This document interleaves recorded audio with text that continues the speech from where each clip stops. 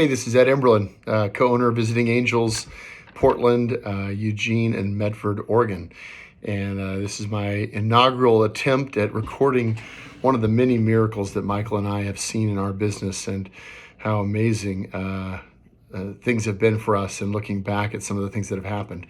So this is actually around when we purchased the Medford franchise from Sarah Stickler. She is getting ready to retire, and we came in to kind of help her and get her out of that franchise. And it was very small, a couple hundred hours a week, and there was all kinds of challenges that we were trying to overcome in the purchase of that. And in the middle of the process, she was needing some things to happen that were a little more than we were comfortable moving towards. And we just thought and prayed about it and decided, you know what, let's make her whole. Let's make sure that she is whole in this process. And we end up paying more than probably we should have a little bit for it, but kind of stepped out in faith that that would happen.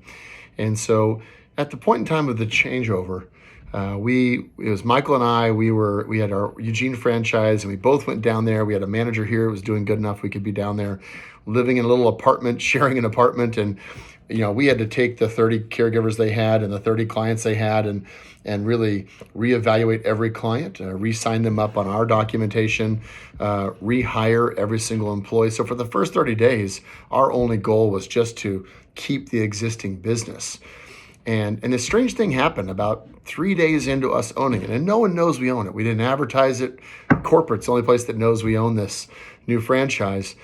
All of a sudden the phone started ringing. Hey, can you do this? Can you take this on? Can you do that? And we started having applicants come in, and we started growing. Pretty soon we're like 400 hours. And then like another week, we're like at 600 hours. And we're like, holy cow, this is crazy. We've doubled the business in a few weeks. And long story short, we're sitting up at I think it was day 31.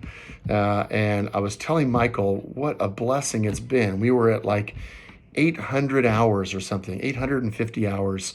And it just had blown up. And we'd somehow had 300% growth in a 1 month period. And we're able to maintain it and sustain it. But all of a sudden the phone rings as I'm telling him that what a blessing this is. The phone rings, and this gal says, hey, I'm calling for my parents. They both need care. They both have long-term care insurance. I want to be the caregiver. I've already got it approved through the insurance provider, but I can't do it through long-term care unless I'm with an agency. So I would like to take care of them 7 days a week, 24/7, like I already have been for the last year. If your caregivers need to supplement occasionally when I need a break, then that would be the case. What I'd like to do is I'd like to just split it with you, give you 50% of it. I'll take 50% of it. And then on the days that you do it, care, you get it all for that period. And I've already talked to several agencies, and they said they couldn't do it. And so would you be willing to do that? And I said, well, hold on a second. I put her on pause, and I looked at Michael and described that. I said, you're not going to believe this, but there's 2 24/7 cases that we already have no caregiver need for, because the daughter's going to take care of it. She just wants us to pay us to facilitate it. And that put us over 1,000 hours. So we were at like 230 hours, 31 days before. And I think we were almost at 1,100 hours, 31 days later, without advertising. No one knew. No one knew we even owned it. Somehow we actually were able to even facilitate that and find the caregivers while we were also transitioning the entire staff over and the previous clientele over.